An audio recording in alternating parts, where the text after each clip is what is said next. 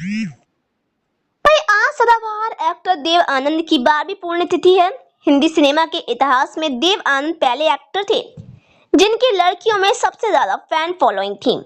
भाई देव आनंद अपनी फिल्मों के साथ ही जीने के अंदाज के लिए भी जाने जाते हैं। कम ही लोग जानते हैं कि फिल्मों में आने से पहले देव आनंद ब्रिटिश सरकार के मुलाजिम हुआ करते थे। जी हाँ दोस्तों, फिल्म स्टार बनने की चाह में अंग्रेजों की नौकरी छोड़ी और सिनेमा का स्ट्रगल शुरू किया। भाई अपने दौर की सबसे खूबसूरत एक्ट्रेस सुरैया से उनका अफेयर था। ये प्यार इतना गहरा था कि जब घर वाले इनके रिश्ते के खिलाफ हुए तो सुरैया ने ताम उम्र शादी न करने की कसम खा ली। भाई हालांकि देव आनंद ने अपनी ही क्रो एक्ट्रेस कल्पना कार्तिक से शादी की, वो भी फिल्म के सेट पर। फिर अलाप भी हुआ। वही जीनत अमान से भी देव आनंद का नाम जुड़ा। इतनी खूबसूरत अभिनेत्रियां जिंदगी में आईं, लेकिन भाई देव साहब अकेले ही रहे। एक के बाद एक हिट फिल्मों ने इन्हें सुपरस्टार और सदाबहार सितारों का तमंगा भी दिलाया। भाई देव आनंद की कहानी अपने आप में सिनेमाई है। कई किस्से और बातें ऐसी हैं जो लोग कम ही जानते हैं। जी हाँ दोस्तों, भाई कहानी के पहले चैप्टर पर नजर डालते हैं देव आनंद के बचपन पर। भाई देव आनंद का जन्म 26 सितंबर 1923 को पंजाब के गुरदासपुर में हुआ था। उनके पिता पेशोरी लाल आनंद गुरदासपुर जिले के नामी वकील थे। इनके माँ बाप के कुल 9 बच्चे हुए, जिनमें से वह 5वीं संतान थे। पर देव आनंद को बचपन से ही फिल्में देखना और फिल्मी पत्रिकाएं पढ़ने का काफी शौक था। वो रद्दी की दुकान से पत्रिकाएं लाकर पढ़ा करते थे। रोज पत्रिका खरीद कर लाने से दुकानदार से भी उनकी दोस्ती हो गई। इसी वजह से दुकानदार रोज देव साहब के लिए पत्रिकाएं छांट कर अलग रख देता और कभी कभी मुफ्त में भी दे देता। इसी दौरान उस पत्रिका वाले की दुकान पर देव आनंद ने एक दिन सुना कि अपनी फिल्म बंधन के लिए अशोक कुमार गुरदासपुर आ रहे हैं। जब अशोक कुमार आए तो उन्हें देखने के लिए भारी भीड़ उमड़ पड़ी। जहां एक तरफ लोग अशोक कुमार से मिलने और उनसे ऑटोग्राफ लेने के लिए उतावले थे, वहीं दूसरी तरफ से देव आनंद उन्हें दूर खड़े होकर बस देखते ही रहे। देव आनंद के कॉलेज के अधिकतर छात्र आगे की पढ़ाई के लिए इंग्लैंड जा रहे थे। उनका भी मन विदेश जाकर पढ़ाई करने का था, लेकिन घर की माली स्थिति ठीक नहीं थी। इसलिए पिताजी उन्हें विदेश पढ़ाई करने के लिए नहीं भेज सके, क्योंकि उनके ऊपर और बच्चों की जिम्मेदारी भी थी। उसी दौरान देव आनंद को इंडिया नेवी की नौकरी से भी रिजेक्ट कर दिया गया। इस बात से वो पूरी तरीके से टूट गए। इसके बाद उन्हें बैंक में क्लर्क की नौकरी मिली, लेकिन उनका सपना तो कुछ और ही बनने का था और उन्होंने मुंबई का रुख भी कर लिया। आखिरकार दोस्तों, जेब में 30 रुपए और आंखों में एक एक्टर बनने का ख्वाब लेकर देव आनंद सपनों की नगरी मुंबई आ पहुंचे। भारी दोपहरी फिल्म स्टूडियो के चक्कर लगाने में बीत जाया करते। समय गुजर रहा था, लेकिन काम मिलने की कोई भी उम्मीद नहीं दिखी, जिसकी वजह से देव आनंद खुद की कामयाबी से हताश होने लगे। काम की इसी जरूरत के दौरान उन्हें 30 रुपए भी खत्म हो गए। भूख लगने के लिए जब खाने के लिए जेब में हाथ डाला तो एक भी रुपया नहीं। भूख और काम की इसी ललसा में उन्होंने स्टार्टम कलेक्शन के एल्बम को बेच दिया, जो उन्होंने वर्षों से इकट्ठा किया था। इस एल्बम से उन्हें 30 रुपए मिले, जिससे उन्होंने मुंबई में कुछ दिनों तक गुजारा किया। अरे भाई, देव आनंद ने काम के सिलसिले में कई लोगों के दरवाजे भी खटखटाए, लेकिन निराशा ही हाथ लगी। सपनों की नगरी में खुद के सपनों से दूर जाता देख उन्होंने 85 रुपए मानसिक वेतन के साथ एक जगह क्लर्क की नौकरी कर ली। कुछ टाइम बाद नौकरी रास नहीं आई तो उसे भी छोड़ दिया। वजह यह थी कि उनका हाथ गणित में तंग था। इसके बाद उन्होंने ब्रिटिश आर्मी के सेंसर ऑफिस में काम किया, जहां उनका काम सेना के अधिकारियों के लिखे लेटर्स को पोस्ट करने से पहले पढ़ने का था। ब्रिटिश सरकार अपने अधिकारियों के खाते को भी सेंसर करती थी, ताकि कोई गोपनीय सूचना बाहर न जा सके। हालांकि ज्यादातर चिट्ठियां वो ही होती थीं जो सेना के जवान अपनी पत्नी या प्रेमिकाओं को लिखा करते थे। इस काम में उनका मन रहम गया, क्योंकि उन खतों को पढ़ना उन्हें बहुत अच्छा लगता था। भाई सेंसर ऑफिस में काम करने के लिए देव आनंद को 165 रुपए मिलते थे, जो उनकी सभी जरूरतों के लिहाज से ज्यादा ही थे। लेकिन भाई धीरे धीरे उनको लग रहा था कि वो अपने सपनों से पीछे जा रहे हैं। भाई देव आनंद बनना तो चाहते थे फिल्म स्टार, लेकिन सरकारी बाबू बनकर रह गए। जी हाँ दोस्तों, वो उस नौकरी को छोड़कर आगे बढ़ना चाहते थे, लेकिन कोई रास्ता नहीं दिखाई दे रहा। इसी उलझन के दौरान उनके हाथ एक ऑफिसर का लिखा खत लगा, जिसने देव आनंद को आगे बढ़ने का रास्ता दिखाया। उस खत में ऑफिसर ने अपनी पत्नी को लिखा, काश मैं अभी ये नौकरी छोड़ सकता तो सीधा तुम्हारे पास आता और तुम्हारी बाहों में होता। जी हाँ दोस्तों, इस खत की एक लाइन काश में अभी ये नौकरी छोड़ सकता ने देव आनंद को नए हौसले और नई ऊर्जा से भर दिया और उन्होंने ये नौकरी छोड़ दी और निकल पड़े सपनों को पूरा करने के लिए सपनों की नगरी मुंबई। भाई आराम की नौकरी छोड़कर एक बार फिर वो अपने फिल्म स्टार बनने के सपनों को पूरा करने की राह पर चल दिए।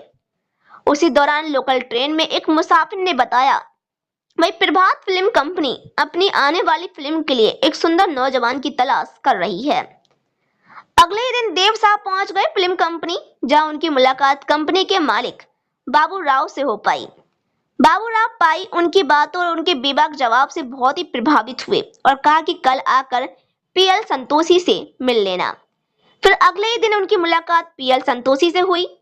उनको भी उन्होंने अपनी बातों और पर्सनालिटी से इतना इम्प्रेस किया कि उन्होंने देव आनंद को 3 साल के लिए कॉन्ट्रैक्ट के लिए प्रभात फिल्म कंपनी का हिस्सा बना लिया। भाई इस बैनर तले उनकी पहली फिल्म एक हम एक है, लेकिन ये कुछ खास कमाल नहीं दिखा पाई। हालांकि यहीं से उनका फिल्मी सफर शुरू हुआ। इन्हें उस दौरान कई और फिल्मों के ऑफर मिलने लगे। इसके बाद देश के विभाजन के उथल पुथल के दौरान ही देव आनंद का प्रभात कंपनी के साथ कॉन्ट्रैक्ट भी खत्म हो गया। हालांकि उनका संघर्ष लंबा नहीं चला और देव आनंद को अशोक कुमार की फिल्म जिद में काम मिला। ये वही फिल्म थी जिसने उन्हें बतौर एक्टर फिल्म इंडस्ट्री में स्थापित किया। भाई 1948 की फिल्म देव विद्या में देव आनंद को उस दौर की एक्ट्रेस और सिंगर सुरैया के साथ काम करने का मौका मिला। उन दिनों सुरैया कामयाबी के शिखर पर थी और देव आनंद इस इंडस्ट्री में नए थे। इस फिल्म की शूटिंग से पहले दोनों की मुलाकात हुई। सुरैया को फिल्म डायरेक्टर ने देव आनंद से मिलवाया और कहा कि ये हमारी फिल्म का नया हीरो। कोई और आगे की जानकारी देता इससे पहले देव आनंद ने खुद का ही परिचय दे दिया। भाई छोटी सी बातचीत के बाद दोनों फिल्म की शूटिंग में बिजी हो गए, लेकिन उनकी ये छोटी सी बात एक गहरे रिश्ते की शुरुआत थी।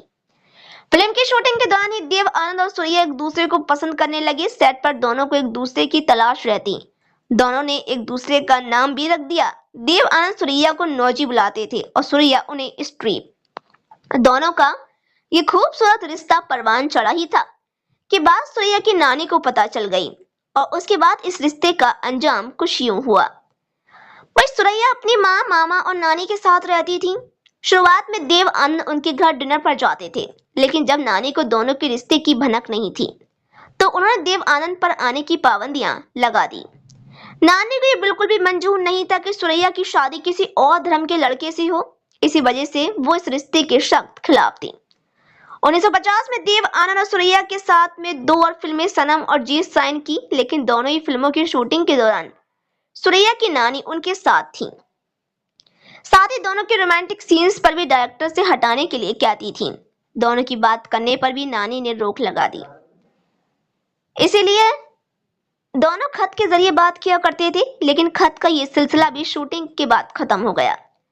दोनों ने शादी करने का फैसला भी किया, लेकिन नानी की वजह से ये मुमकिन नहीं हो पाया और दोनों हमेशा हमेशा के लिए अलग होकर रह गए।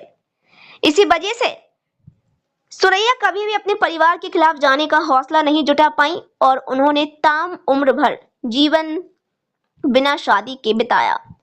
पर सुरैया से अलग होने के बाद देव आनंद बिल्कुल अकेले रह गए। इसी दौरान उनकी मुलाकात कल्पना कार्तिक से हुई। वही कल्पना को उनके भाई चेतन आनंद ने फिल्म बाजी में काम करने के लिए कास्ट किया था। फिल्म सेट के अलावा भी देव आनंद और कल्पना मिलने लगे थे और दोनों को एक दूसरे का साथ अच्छा लगने लगा। भाई बाजी का सफलता के बाद दोनों ने फिल्म टैक्सी ड्राइवर में एक साथ काम किया। पहली फिल्म में काम के लिए कल्पना को बहुत तारीफें मिली, जिसके बाद उन्होंने देव आनंद की प्रोडक्शन कंपनी के अलावा अन्य बैनर से भी ऑफर मिलने लगे, लेकिन इन सभी ऑफर्स को कल्पना ने मना कर दिया। उनका कहना है कि वो सिर्फ देव साहब के साथ ही फिल्म करना चाहती हैं। जी हाँ दोस्तों, भाई देव आनंद को कल्पना का ये अंदाज काफी पसंद आया, जिसके बाद दोनों ने शादी कर ली। इनकी शादी का किस्सा भी काफी मजेदार है। भाई किस्सा फिल्म टैक्सी ड्राइवर के सेट का है। इस फिल्म की शूटिंग के दौरान देव आनंद ने कल्पना से कहा कि वो उनके साथ शादी करना चाहते हैं। कल्पना पहले से इस पल का इंतजार कर रही थी और उन्होंने इसके लिए तुरंत हाँ कह दी। इसके बाद दोनों ने फिल्म की शूटिंग के ब्रेक के दौरान ही फिल्म सेटअप पे ही शादी कर ली। दोनों के 2 बच्चों के माता पिता बने। हालांकि शादी के कुछ साल बाद ही दोनों का पारिवारिक जीवन कोई खास नहीं रहा, जिसके बाद दोनों अलग अलग रहने लगे। भाई देव आनंद फिल्म हरे रामा हरे कृष्णा में बहन के किरदार के लिए एक्ट्रेस की तलाश में थे। कई एक्ट्रेस को उन्होंने इस रोल के लिए अप्रोच भी किया, लेकिन सभी ने ये कहकर मना कर दिया कि फिल्म में कोई उनकी बहन का रोल प्ले करना नहीं चाहता। इसी दौरान एक पार्टी में उनकी नजर जीनत अमान पर पड़ी। उनके हाव भाव बिल्कुल वैसे ही थे जैसे देव आनंद अपनी फिल्म के रोल के लिए तलाश कर रहे थे। भाई देव आनंद ने उन्हें इस रोल के लिए अप्रोच किया और जीनत अमान भी मान गई। साथ ही वो स्क्रीन टेस्ट में भी पास हो गई। इस फिल्म की सफलता के बाद जीनत अमान की पॉपुलैरिटी में 4 चांद लग गए। इसके बाद दोनों फिल्म हीरा पन्ना में एक साथ नजर आए। इस फिल्म की शूटिंग के दौरान ही दोनों के बीच नजदीकियां बढ़ने लगी और दोनों के अफेयर के चर्चे जोरों पर थे। फिर कुछ समय बाद दोनों में अलगाव होने की खबरें आ गईं। किस्सा दम मारो दम गाने से जुड़ा हुआ है। फिल्म हरे रामा हरे कृष्णा के सिल्वर जुबली सेलिब्रेशन पर उषा उत्तर स्टेज पर दम मारो दम गाना गा रही थी। इसी बीच कुछ लोग जीनत अमान को उठाकर स्टेज पर ले गए और उन्हें अपने कंधों पर बिठा लिया। देव आनंद को जीनत अमान पर गर्व था, लेकिन जीनत की सफलता से उनको जलन भी होने लगी। उनका मानना था कि जीनत को कामयाबी उन्हीं की बदौलत मिली। हालांकि बाद में उन्हें यह एहसास हुआ कि उनकी सोच गलत है। जीनत के साथ कुछ और वक्त बिताने के बाद उन्हें इस बात का एहसास हुआ कि वो जीनत अमान से प्यार करने लगे हैं। इस बात का इजहार जीनत के सामने करना चाहते थे, लेकिन उसी दौरान उनको ये पता चला कि जीनत और राज कपूर के बीच नजदीकियां बढ़ रही हैं। इसके बाद उन्होंने अपने कदम पीछे खींच लिए। 1975 में इंदिरा गांधी ने देश में इमरजेंसी लगा रखी थी। इस कदम का विरोध करने वालों में मुख्य देव आनंद का भी था। यहाँ तक कि उन्होंने अपने समर्थकों के साथ रैली निकालकर इमरजेंसी का विरोध किया। 1977 के आम चुनाव तक इंदिरा गांधी के खिलाफ ही थे। उन्होंने नेशनल पार्टी नाम से अपनी पार्टी भी बनाई, जो आगे जाकर खत्म हो गई। भाई देव आनंद का 3 दिसंबर 2011 को दिल का दौरा पड़ने से 88 साल की उम्र में लंदन में इनका निधन हो गया। इनके निधन के 2 महीने बाद उनकी आखिरी फिल्म चार्जशीट रिलीज हुई, जिसे उन्होंने डायरेक्टर और प्रोड्यूस किया था। तो दोस्तों कैसी लगी आपको स्टोरी, कमेंट करके जरूर बताएं। अगर दोस्तों आपको हमारी स्टोरी अच्छी लगी है तो प्लीज मेरे चैनल को सब्सक्राइब कर दें एंड वीडियो को लाइक कर दें। मिलूंगी आपसे नेक्स्ट वीडियो में एक नई वीडियो के साथ।